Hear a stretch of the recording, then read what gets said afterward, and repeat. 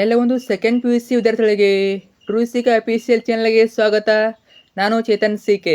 Second P U C annual exam 2026 ಯಾರೆಲ್ಲ ಬರ್ತಾ ಇದ್ದೀರಾ? ಇವತ್ತಿನ ಈ ಒಂದು ನಿಮಗೆ second P U C annual exam 2026ಕ್ಕೆ ಎಕನಾಮಿಕ್ ವಿಷಯದ ಅರ್ಥಶಾಸ್ತ್ರ ವಿಷಯದ ಒಂದು ಮಾಡೆಲ್ ಕ್ವಶನ್ ಪೇಪರು ಉತ್ತರ ಸಹಿತ ನೋಡೋಣ.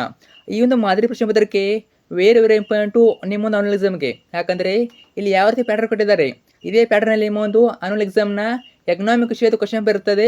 ಅಷ್ಟೇ ಅಲ್ಲದೆ ಕ್ವಶನ್ಗಳು ರಿಪೀಟ್ ಆಗ್ತವೆ. ಸಂಪೂರ್ಣ ಕ್ವಶನ್ ಸಹಿತ ಉತ್ತರ ಕೊಡ್ತೀನಿ, ತಪ್ಪು ಕೊನೆಯವರೆಗೆ ನೋಡಿ. ತುಂಬಾ ಇಂಪಾರ್ಟೆಂಟು, ಚೆನ್ನಾಗಿ ಓದ್ಕೊಂಡೋಗಿ ನಿಮಗೆ ಪಾಸ್ ಆಗಿ ಸ್ಕೋರ್ ಮಾಡೋಕ್ಕೆ ಹೆಲ್ಪ್ ಆಗ್ತದೆ. ಓಕೆ, ಬಾಯ್ ನೀವು ಈ ದೊರೆನ ಶುರು ಮಾಡೋಣ. ಅದಕ್ಕೆ ಮುಂಚೆ ಯಾರೆಲ್ಲ ಫಸ್ಟ್ ಟೈಮ್ ನಮ್ಮ ಒಂದು ಚಾನಲ್ ನೋಡ್ತಾ ಇದ್ದಾರ ಅಥವಾ ಚಾನಲ್ ನೋಡ್ಕರೋ ಸಬ್ಸ್ಕ್ರೈಬ್ ಮಾಡ್ಕೊಂಡಿಲ್ಲ, ತಪ್ಪದಿಗೆಲ್ಲ ಚಾನಲ್ನ ಸಬ್ಸ್ಕ್ರೈಬ್ ಮಾಡ್ಕೊಳ್ಳಿ. ಯಾಕಂದರೆ ನಿಮಗೆ ನಿಮ್ಮದು second P U C annual exam ಮುಗಿಯವರೆಗೆ ಆರ್ಟ್ಸ್ ಆಗಿರಲಿ, ಕಾಮರ್ಸ್ ಆಗಿರಲಿ, ಸೈನ್ಸ್ ಆಗಿರಲಿ ಎಲ್ಲ ವಿಷಯಗಳ ಪಾಸಿಂಗ್ ಪ್ಯಾಕೇಜ್ಗಳು, ಸ್ಕೋರಿಂಗ್ ಪ್ಯಾಕೇಜ್ಗಳು, ಫಿಕ್ಸ್ ಪ್ರಶ್ನೆಗಳು ಅಷ್ಟೇ ಅಲ್ಲದೆ ಎಲ್ಲ ವಿಷಯಗಳು ಕ್ವಶನ್ ಪೇಪರ್ಗಳು ಎಲ್ಲ ಕೂಡ ಇದೊಂದು ಚಾನಲ್ ಆಗ್ತೀವಿ. ಅವೆಲ್ಲ ಬೇಕು ತನ್ನೋರು ಈಗಲೇ ಚಾನಲ್ನ ಸಬ್ಸ್ಕ್ರೈಬ್ ಮಾಡ್ಕೊಳ್ಳಿ, ಕಡ್ಡಾಯ ಮಾಡ್ಕೊಳ್ಳಿ. ನೀವು ಮಾಡ್ಕೊಂಡ್ರೆ ಮಾತ್ರ ನಮ್ಮ ಎಲ್ಲ ವಿಡಿಯೋಸ್ ಇರ್ತವೆ. ಮಾಡಿದ್ರಾ? ಜೊತೆಗೆ ವಿಡಿಯೋನ ಲೈಕ್ ಮಾಡಿಟ್ಟು ಎಲ್ಲ ಫ್ರೆಂಡ್ಸ್ ಶೇರ್ ಮಾಡಿ. ಯಾರೆಲ್ಲ ಫ್ರೆಂಡ್ಸ್ ನಮಗೆ ಸೆಕೆಂಡ್ ಪಿ ಯು ಸಿಯಲ್ಲಿ ಪ್ರತಿಯೊಬ್ಬರಿಗೂ ಶೇರ್ ಮಾಡಿ, ಅವ್ರಿಗೂ ಕೂಡ ಹೆಲ್ಪ್ ಮಾಡಿ. ಖಂಡಿತ ಶೇರ್ ಮಾಡಿ, ಅವ್ರಿಗೆ ಹೆಲ್ಪ್ ಮಾಡಿ. ಓಕೆ, ಬಾಯ್ ನೀವು ಈ ಒಂದು ವಿಡಿಯೋನ ಶುರು ಮಾಡೋಣ. ಈ ಒಂದು ವಿಡಿಯೋದಲ್ಲಿ ನಿಮಗೆ ಮಾದರಿ ಪ್ರಶ್ನೆ ಒಂದು, ಮಾಡೆಲ್ ಕ್ವಶನ್ ಪೇಪರ್ ಒಂದು ನೋಡೋಣ. ಸೊ ನೆಕ್ಸ್ಟ್ ವಿಡಿಯೋದಲ್ಲಿ ನಿಮಗೆ 2ನೇ ಕ್ವಶನ್ ಪೇಪರು 3 ಕೊಡ್ತೀನಿ ಅಥವಾ ಗ್ರೂಪಲ್ಲಿ ಹಾಕಿರ್ತೀನಿ. ಯಾವ ಗ್ರೂಪು? ನಮ್ಮದು ವಾಟ್ಸಪ್ ಚಾನಲ್ ಮತ್ತು ಟೆಲಿಗ್ರಾಮ್ ಗ್ರೂಪು ಅಲ್ಲಿ ಹಾಕಿರ್ತೀನಿ, ಅಲ್ಲಿ ನೋಡ್ಕೋಬೋದು. ಓಕೆ, ನೋಡ್ತಾ ಹೋಗೋಣ. ಮಾಡೆಲ್ ಕ್ವಶನ್ ಪೇಪರ್ 1ನೇ ಮೇಲೆ ನಿಮಗೆ ಭಾಗದಲ್ಲಿ 5 ಮಲ್ಟಿಪಲ್ ಇರ್ತವೆ. ಅರ್ಥ ಆಯ್ತಾ? 1ನೇ ಮೇಲೆ 5 ಮಲ್ಟಿಪಲ್ಲು. 1ನೇ ಕ್ವಶನ್ ನೋಡಿ, ಸ್ಥಾನದರ್ಶಕ ತುಷ್ಟಿಗುಣ ವಿಶ್ಲೇಷಣೆಯು ತುಷ್ಟಿಗುಣವನ್ನು ಏನಾಗುವುದು ಆನ್ಸರು? ಇದು ಆಪ್ಷನ್ ಸಿ ಆಗ್ತದೆ, ಶ್ರೇಣಿಗಳಲ್ಲಿ ವ್ಯಕ್ತಪಡಿಸುತ್ತದೆ. ಪ್ರಶ್ನೆ 2, ಕಾಬ್ ಡಗ್ಲಾಸ್ ಉತ್ಪಾದನಾ ಬಿಂಬಕ ಏನಾಗ್ಬೋದು? ಇದು option A, option B, option C, option D. ಸರಿಯಾದ ಉತ್ತರ ಆಪ್ಷನ್ ಸಿ. ಆಪ್ಷನ್ ಸಿ ಸರಿಯಾದ ಉತ್ತರ. Q = X1 X2 ಇದು ಬರ್ತದೆ ನೋಡಿ. ಕ್ವಶನ್ ಬರ್ತೀರಿ, ಒಬ್ಬ ಪುಸ್ತಕ ಮಾರಾಟಗಾರನು ಪ್ರತಿಯೊಂದಕ್ಕೆ ಬೆಲೆ ರೂ. 20ರಂತೆ 40 ಪುಸ್ತಕಗಳನ್ನು ಮಾರಾಟ ಮಾಡುತ್ತಾನೆ. ಮಾರಾಟಗಾರನ ಒಟ್ಟು ಆದಾಯವು, ಆದಾಯ ಕೇಳಿದರೆ ಎಷ್ಟಾಗ್ಬೋದು ನೋಡಿ? ಎಷ್ಟು? 20, 40. 20 ರೂ 40 ಪುಸ್ತಕಗಳು. ಇದು ಆಪ್ಷನ್ ಬಿ ಆಗ್ತದೆ. ಆಪ್ಷನ್ ಬಿ 800 ರೂಪಾಯಿ ಆಗ್ತದೆ, 800 ಆಗುತ್ತದೆ. ಪ್ರಶ್ನೆ 4, RBI ನೇರವಾಗಿ ಇವರೊಂದಿಗೆ ವ್ಯವಹರಿಸುವುದಿಲ್ಲ. ಯಾರೊಂದಿಗೆ? ಇದು ಕೂಡ ಆಪ್ಷನ್ ಸಿ, ಜನಸಾಮಾನ್ಯರು. ಯಾವುದೇ ಕಾರಣಕ್ಕೂ RBI ನೇರವಾಗಿ ಜನಸಾಮಾನ್ಯರ ಜೊತೆಗೆ ವ್ಯವಹಾರ ಮಾಡೋದಿಲ್ಲ. ಅದು ಅರ್ಥ ಆಯ್ತಾ? ಅವರು RBIನವರು ವಾಣಿಜ್ಯ ಬ್ಯಾಂಕ್ಗಳು, ಕೇಂದ್ರ ಸರ್ಕಾರ ಜೊತೆಗೆ ಹಾಗೂ ರಾಜ್ಯ ಸರ್ಕಾರ ಜೊತೆಗೆ ವ್ಯವಹಾರ ಮಾಡ್ತಾರೆ. ಪ್ರಶ್ನೆ 5, ಸಾಲದ ಸುಲಭ ಲಭ್ಯತೆಯು ಇದನ್ನು ಉತ್ತೇಜಿಸುತ್ತದೆ. ಏನನ್ನು ಉತ್ತೇಜಿಸುತ್ತದೆ? ಇದು ಆಪ್ಷನ್ ಬಿ ಆಗ್ತದೆ, ಹೂಡಿಕೆಯನ್ನು ಉತ್ತೇಜಿಸುತ್ತದೆ. ನಂತರ 2ನೇ ಮೇನು, ಆವರಣದಲ್ಲಿರುವ ಸರಿಯಾದ ಉತ್ತರವನ್ನು ಆರಿಸಿ ಬರೆಯಿರಿ. ಖಾಲಿ ಬಿಟ್ಟ ಸ್ಥಳವನ್ನು ಭರ್ತಿ ಮಾಡಿ. ಬಿಟ್ಟ ಸ್ಥಳ ಪ್ರಶ್ನೆಗಳು 5 ಇರ್ತವೆ, ಟೋಟಲಾಗಿ 5 ಅಂಕ, ಪ್ರತಿ ಪ್ರಶ್ನೆಗೆ 1 ಅಂಕ. ನೋಡಿ ಪ್ರಶ್ನೆ 6, ವಾಸ್ತವವಾಗಿ ಎಲ್ಲ ಆರ್ಥಿಕತೆಗಳು ಡ್ಯಾಶ್ ಆರ್ಥಿಕತೆಗಳಾಗಿವೆ. ಏನಾಗಿರೋದು? ಅದು ಆಪ್ಷನ್ ಯಾವುದಾಗ್ಬೋದು ನೋಡಿ? ಮಿಶ್ರ ಆರ್ಥಿಕತೆ. ಪ್ರಶ್ನೆ 7, ಬಯಕೆಗಳನ್ನು ತೃಪ್ತಿಪಡಿಸುವ ಸರಕಿನ ಸಾಮರ್ಥ್ಯ. ಇದು ತುಷ್ಟಿಗುಣ ನೋಡಿ. ಸೊ 1ನೇದು ತುಷ್ಟಿಗುಣ ಸರಿಯಾದ ಉತ್ತರ. ಪ್ರಶ್ನೆ 8, ಶ್ರಮದ ಬೇಡಿಕೆ ಮತ್ತು ಪೂರೈಕೆ ರೇಖೆಗಳು ಪರಸ್ಪರ ಛೇದಿಸುವ ಬಿಂದುವಿನಲ್ಲಿ ಡ್ಯಾಶ್ ನಿರ್ಧಾರವಾಗುತ್ತದೆ. ಏನಾಗ್ಬೋದು ಇದು? ಇದು ಆಪ್ಷನ್ ಕೂಲಿ ನಿರ್ಧಾರವಾಗುತ್ತದೆ. ಪ್ರಶ್ನೆ 9, ಒಂದು ಉದ್ಯಮ ಘಟಕವು ಮಾಡಿದ ನಿವ್ವಳ ಕೊಡುಗೆಯನ್ನು ಅದರ ಡ್ಯಾಶ್ ಎನ್ನುತ್ತೇವೆ. ಏನಂತ ಕರಿತೀವಿ? 9ನೇದು ಇದು ಮೌಲ್ಯವರ್ಧನೆ ಆಗ್ತದೆ. ಇನ್ನು ಪ್ರಶ್ನೆ 10, ದೇಶೀಯ ಕರೆನ್ಸಿ ರೂಪದಲ್ಲಿನ ವಿದೇಶಿ ಕರೆನ್ಸಿಯ ಬೆಲೆ ಹೆಚ್ಚಾಗುವುದನ್ನು ದೇಶೀಯ ಕರೆನ್ಸಿಯ ಡ್ಯಾಶ್ ಎಂದು ಕರೆಯುತ್ತೇವೆ. ಏನಂತ ಕರಿತೇವೆ? ಇದು ಕುಗ್ಗುವಿಕೆಯಿಂದ ಕರಿತೇವೆ. ನಂತರ 3ನೇ ಮೇನು, ಹೊಂದಿಸಿ ಬರೆಯಿರಿ. ಟೋಟಲ್ 5 ಮಾರ್ಕ್ಸಿಗೆ ಹೊಂದಿಸಿ ಬರೆಯಿರಿ ಕೇಳ್ತಾರೆ. ಎ ಇಂದ ಬಿಗೆ ಹೊಂದಿಸಿ ಬರೀಬೇಕು. ನೋಡಿ, ಎ ಪೂರಕ ಸರಕುಗಳು ಏನಾಗ್ಬೋದು? ಬಿಯಲ್ಲಿ ಇದು ಪೂರಕ ಸರಕುಗಳು. ಇದು ಸೆಕೆಂಡ್ ಒನ್ನು, ಪೆನ್ ಮತ್ತು ಶಾಯಿ ಇವೆರಡು ಪೂರಕ ಸರಕುಗಳು. ನಂತರ ಬಿ, φ ಏನಾಗ್ಬೋದು? φ ಕೇಳಿದರೆ ತುಂಬಾ ಈಸಿ ಪ್ರಶ್ನೆ ಇದು. φ ಲಾಸ್ಟ್ ಒನ್ನು TR - TC ಆಗ್ತದೆ. ನಂತರ ಗೃಹಕೃತ್ಯ ಸೇವೆಗಳು ಏನಾಗ್ಬೋದು? ಇದು ಹಣರಹಿತ ವಿನಿಮಯ. ನಂತರ ಡಿ, ಅಂತಿಮ ಸರಕುಗಳ ಸಮಗ್ರ ಬೇಡಿಕೆ. ಇದು ಫಸ್ಟ್ ಒನ್ನು ಸರಿಯಾದ ಉತ್ತರ.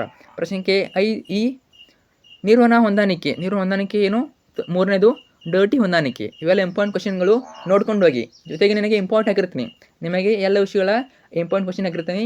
ಜೊತೆಗೆ ಎಕನಾಮಿಕ್ ಮೇಲೆ ಸ್ಪೆಷಲಾಗಿ ಎಕನಾಮಿಕ್ ಮೇಲೆ ಪಾಸಿಂಗ್ ಪ್ಯಾಕೇಜ್, ಸ್ಕೋರಿಂಗ್ ಪ್ಯಾಕೇಜು ಹಾಗೆ ಟ್ರೈ ಮಾಡ್ತೀನಿ, ನೋಡ್ಕೊಳ್ಳಿ. ಚಾನಲ್ ಹಾಕಿರ್ತೀನಿ.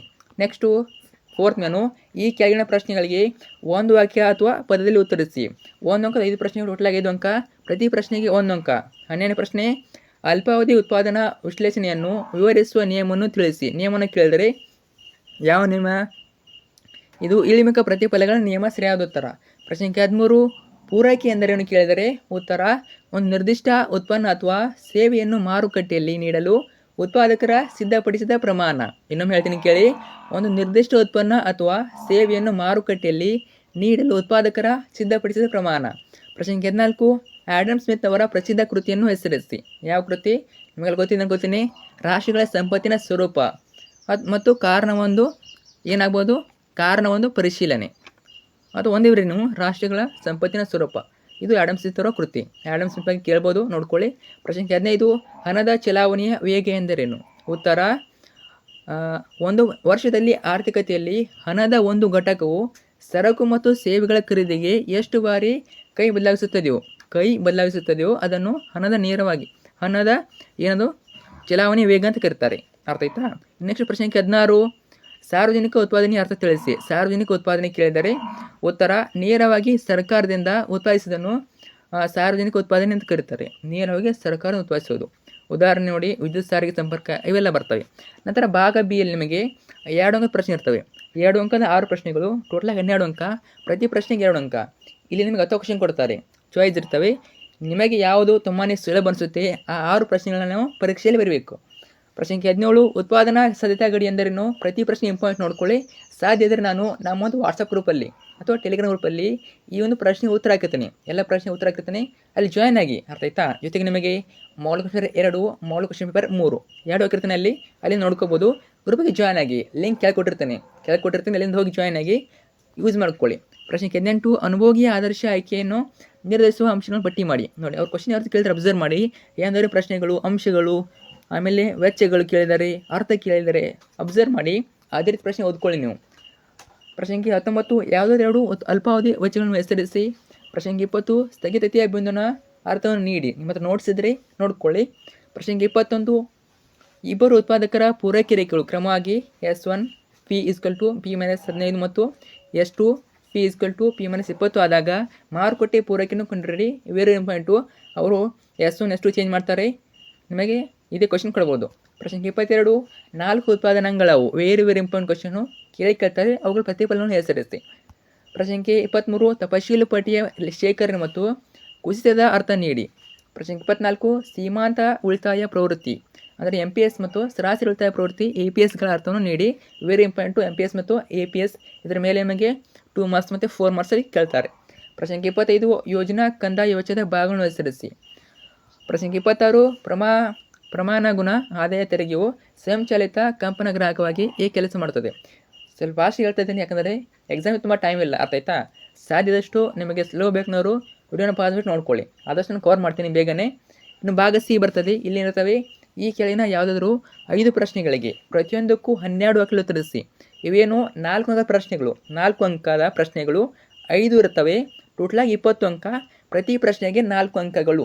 ಅರ್ಥ ಆಯ್ತಾ? ನೋಡಿ, ಯಾವುದಾದ್ರು 5 ಪ್ರಶ್ನೆಗಳು, ಇನ್ನುಳಿದ ಪ್ರಶ್ನೆಗಳು ಅಥವಾ ಕ್ವಶನ್ ಕೊಟ್ಟಿರ್ತಾರೆ. ನಿಮಗೆ ಯಾವ್ದು ಸುಲಭ ಅನಿಸುತ್ತೆ ಆ 5 ಪ್ರಶ್ನೆ ಬರೀರಿ. ರಿಪೀಟ್ ಆಗ್ಬೋದು. ಅರ್ಥ ಆಯ್ತಾ? Model question 1, model question paper 2, 3ನ ಚೇಂಜ್ ಮಾಡ್ಕೊಳ್ಳಿ. ರಿಪೀಟ್ ಆಗ್ತದೆ ಆಲ್ಮೋಸ್ಟ್ ಅಲ್ಲಿ ನಿಮಗೆ. 27, ಕೇಂದ್ರೀಯ ಯೋಜಿತ ಆರ್ಥಿಕತೆಯನ್ನು ಕುರಿತು ಬರೆಯಿರಿ. ಇದೇ ರೀತಿ 4 ಅಂಕದ ಕೆಲವು ಪ್ರಶ್ನೆಗಳು ನೋಡ್ಕೊಳ್ಳಿ. ನಂತರ 28 ನೋಡಿ, ಈ ಕ್ವಶನ್ ಬರ್ಬೋದು. ಲೆಕ್ಕದ ಮೇಲೆ ಕ್ವಶನ್ನು ಕೇಳ್ತಾರೆ. ಏನು ಮಾಡಲ್ಲ ಅವರು, D1 ಚೇಂಜ್ ಮಾಡ್ತಾರೆ ಅಥವಾ D2 ಚೇಂಜ್ ಮಾಡ್ತಾರೆ. ಅರ್ಥ ಆಯ್ತಾ? ಸೇಮ್ ಕ್ವಶನ್ ಕೊಡ್ತಾರೆ, ನೋಡ್ಕೊಂಡು ಹೋಗಿ, ಬರ್ಬೋದು ನಿಮಗೆ 4 ಮಾರ್ಕ್ಸ್ಗೆ. 29, ಉದ್ಯಮ ಘಟಕದ ಪೂರೈಕೆ ರೇಖೆಯ ನಿರ್ಧಾರಗಳನ್ನು ವಿವರಿಸಿ. ಇದು ಕೂಡ ಇಂಪಾರ್ಟೆಂಟು. 30, ಉದ್ಯಮ ಘಟಕಗಳ ಮುಕ್ತ ಪ್ರವೇಶ ಮತ್ತು ನಿರ್ಗಮನದಿಂದ ಮಾರುಕಟ್ಟೆಯ ಸಮತೋಲನ ಮೇಲೆ ಆಗುವ ಪರಿಣಾಮವನ್ನು ಸಂಕ್ಷಿಪ್ತವಾಗಿ ವಿವರಿಸಿ. ನೋಡ್ಕೊಳ್ಳಿ. ಆಮೇಲೆ 33ನೇ ಕ್ವಶನ್ನು, ಈ ಕ್ವಶನ್ ಕೂಡ ಬರ್ಬೋದು. ಅರ್ಥ ಆಯ್ತಾ? ಈ ಕ್ವಶನ್ ಕೂಡ ಬರ್ಬೋದು. ಯಾವುದೇ ಕಾರಣಕ್ಕೂ ಲೆಕ್ಕ ಏನು ಕೊಟ್ಟಿದಾರಲ್ಲ ಇವನು ಬಿಡೋಕೋಬೇಡಿ. ಪಿಕ್ಸ್ ಎಕ್ಸಾಮ್ನಲ್ಲಿ ಕೇಳ್ತಾರೆ, ಜಸ್ಟ್ ನಂಬರ್ ಚೇಂಜ್ ಮಾಡ್ತಾರೆ.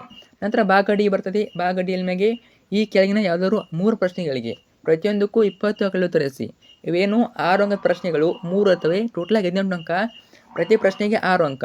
ನೋಡಿ, ರಿಪೀಟ್ ಆಗ್ತವೆ. ಅದರಲ್ಲಿ ಇಂಪಾರ್ಟೆಂಟ್ ಯಾವುದು? 38. ಅರ್ಥ ಆಯ್ತಾ? ಕೇಳ್ಬೋದು ಈ ಕ್ವಶನು. ಇದೇ ಕ್ವಶನ್ ಸೇಮ್ ಬಂದರೂ ಬರ್ಬೋದು. ಅರ್ಥ ಆಯ್ತಾ? ನೋಡ್ಕೊಂಡು ಹೋಗಿ. ಹೀಗಾಗಿ ಹೇಳಿದ್ದೀನಿ ನಿಮಗೆ, ನಿಮ್ಮೊಂದು ಪೂರ್ವಸಿದ್ಧ ಪರೀಕ್ಷೆ ಒಳಗೆ ಹೇಳಿದ್ದೀನಿ ಕ್ವಶನ್ ಯಾವ್ದು ಕೇಳ್ತಾರಂತ. ಆ ವಿಡಿಯೋ ನೋಡ್ಕೋಬೇಕು. ಅರ್ಥ ಆಗ್ತದೆ ನನಗೆ. ವಿಡಿಯೋ ಚಾನಲ್ ಹಾಕಿರ್ತೀನಿ ನೋಡಿ. ನಿಮ್ಮೊಂದು ಪೂರ್ವ ಪರೀಕ್ಷೆ ಹಾಕಿದ್ದೀನಿ.